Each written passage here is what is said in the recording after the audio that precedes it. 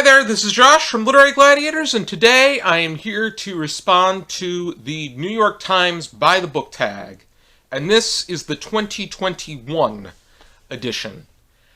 We first completed this tag on our channel back in 2016. Andrew, Kayla, Charlie, and I put something together, but I see that this is making its way back around and is being responded to by some newer booktubers that have joined the community since the original round. So this is an adaptable tag, and the answers are subject to change based on, one, the new books that you have read, and two, the fact that the answers are subject to change anyway, because our reading changes all of the time, be it what we feel like reading or what it is we are exactly reading. And then three, the political climate changes too, because presidents come and go. But let's get right into the tag itself. The first one is, what book is on your nightstand right now? Particularly the material for Season 13 is on my nightstand. We are planning to begin filming Season 13 on January 31st. We are going to be doing 5 Zoom discussions and 9 in-person discussions. And these will all be coordinated accordingly. My goal is to film from January 31st until March 20th. But the non-Season 13 book that is on my nightstand is Mystery Walk by Robert McCammon. This is what I plan to, this is what I started reading, and this is what I plan to resume reading once I have a hold of the Season 13 material.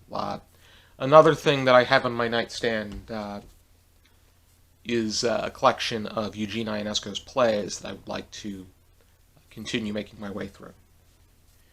Second question, what was the last truly great book you read?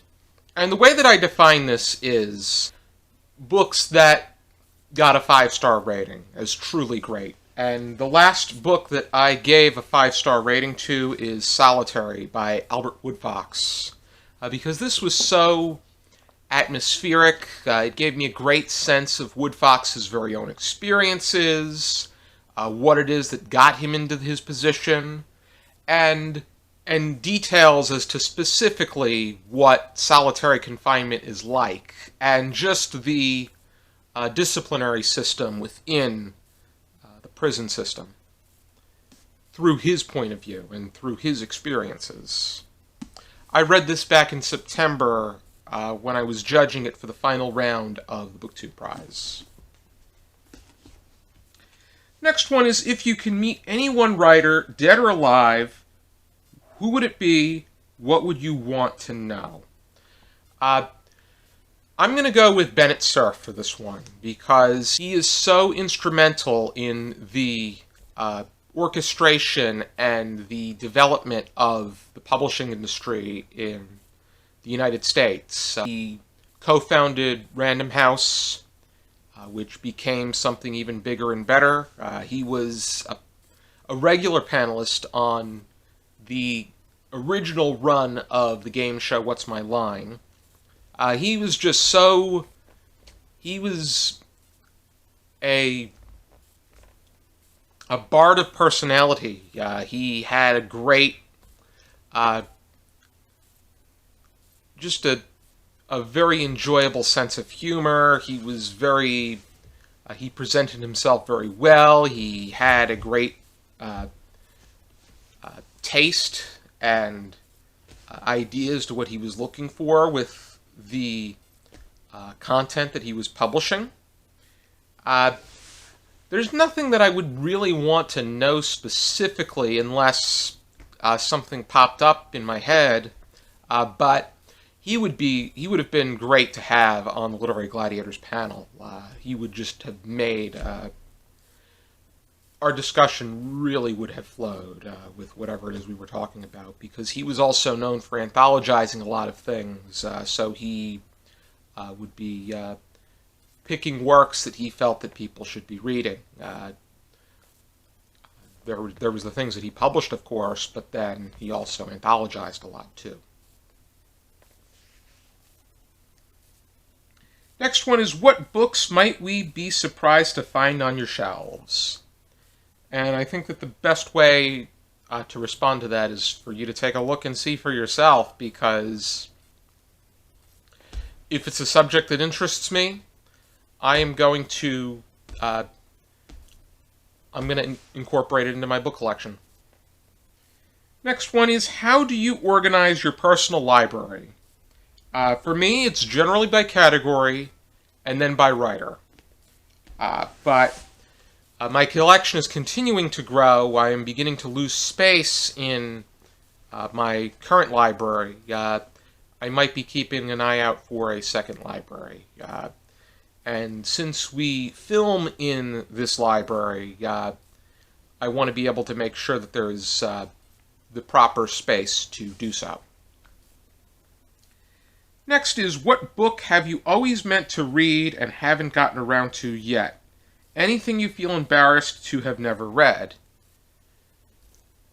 The latter part of the question, if there's anything I'm embarrassed that I haven't read, I can't answer that one, because I don't feel that there is a...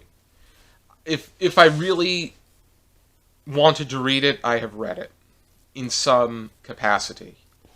But if there's something that I've meant to read but have yet to do so, it's anything but any of the Charles Dickens books that I got as a graduation gift. That's something that I really want to get to, and if anything, incorporate it into a future discussion, perhaps. Next one is, disappointing, overrated, or just not good? What book did you feel you were supposed to like but didn't?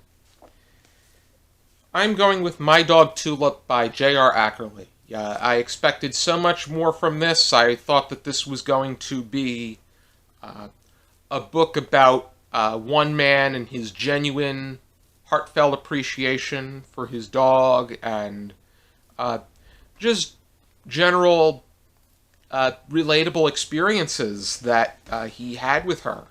But it turned out being more about the dog's going to the bathroom problems and her issues with breeding and the dog's sex life. And to me, that was not enjoyable or delightful, and he seemed to brush upon everything else that we would have wanted to read about and enjoy. Next one is, what kind of stories are you drawn to? Any you steer clear of? I am drawn to original ideas and areas of interest. When it comes to being specific, a lot of it is what I'm in the mood for at the time. What do I steer clear of? Cutouts, like the cookie cutouts that you would often find in box office films. Tropes, kind of like the love triangles and whatnot. And then genres that I'm not fond of in general, like erotica, pulp romance, westerns, that kind of thing. The next one is, if you could pick one book for the president to read, what would it be? I'm going to have a threefold and then a twofold. The first thing is, I think Charlie answered this better than anyone. The first thing that I would want the president to be reading is the U.S. Constitution. I think that in order for them to lead the country, they need to know the rules and the foundational elements that this country was built on. Second, they need to read the bills that they need to sign, because we elect presidents to know what they are implementing upon this country. College students have to read the books that they're assigned before they can read books for pleasure.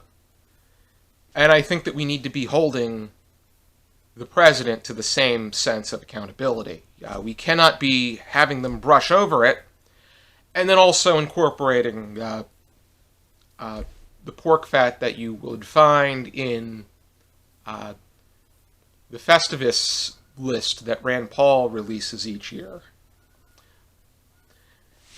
And then number 3, once the president has read the Constitution and the bills that they need to sign, and then we're going to be a little bit more specific and use our current president, Joe Biden, I would suggest Open Ground by Seamus Heaney, because I see Biden, I know that he likes his cars, because on an episode of Jeopardy, he gave a whole category's worth of clues on the topic of antique cars. But I also see him as being someone who's into the great outdoors and into his Irish heritage, a more rural, working class kind of area.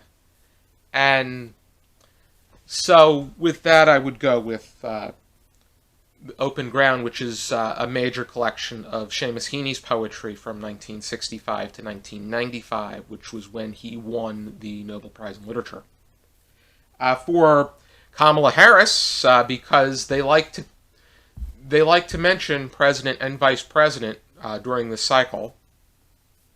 The first thing I would recommend for her is Re-electing Lincoln, The Battle for the 1864 Presidency by John C. Waugh, because at the vice presidential debate, she spun a very interesting tall tale about good old Honest Abe waiting until the election results to determine who he was going to put on the Supreme Court.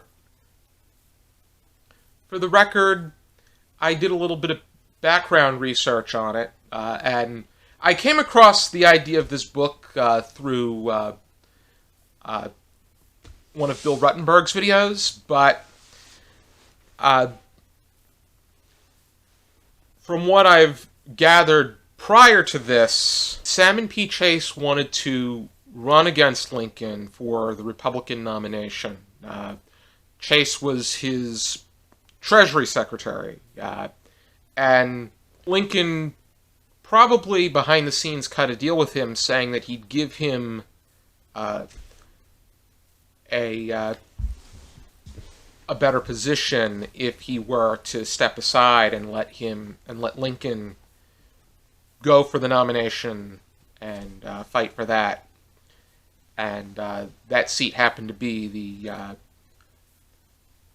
the seat of the Chief Justice. More so, he was waiting for the Senate to be ready to vote, and he was waiting for Chase to accept his answer. I think even if Lincoln didn't win the presidency, which McClellan was not a very... I think Lincoln he had his concerns, but he still had that sense of confidence that he was going to win a second term. But I think that even if he lost, he would have pushed to get his Supreme Court appointment onto the bench. Very much like John Adams got John C. Marshall onto the bench after he lost the 1800 election to Thomas Jefferson, but before he left the White House. And he had just moved into the White House at the time, too. So that's Adams, but I think that this would give all of us more information about what really happened. But if I were to recommend something else, it would be the poetry by Angelou to Kamala Harris. Next is, what do you plan to read next? And I think we'll refer to question 1 on that. Aside from the Season 13 material, we plan to go over 14 works. I would like to get to Mystery Walk by Robert McCammon, and some more of Eugene Ionesco's plays. Everything else depends on my mood at the time. And there are things I'd like to dip in and out of, especially those literary magazines that I have. I have a large stack of them that are beginning to form. I'm not going to tag anybody to do this. If you're interested in either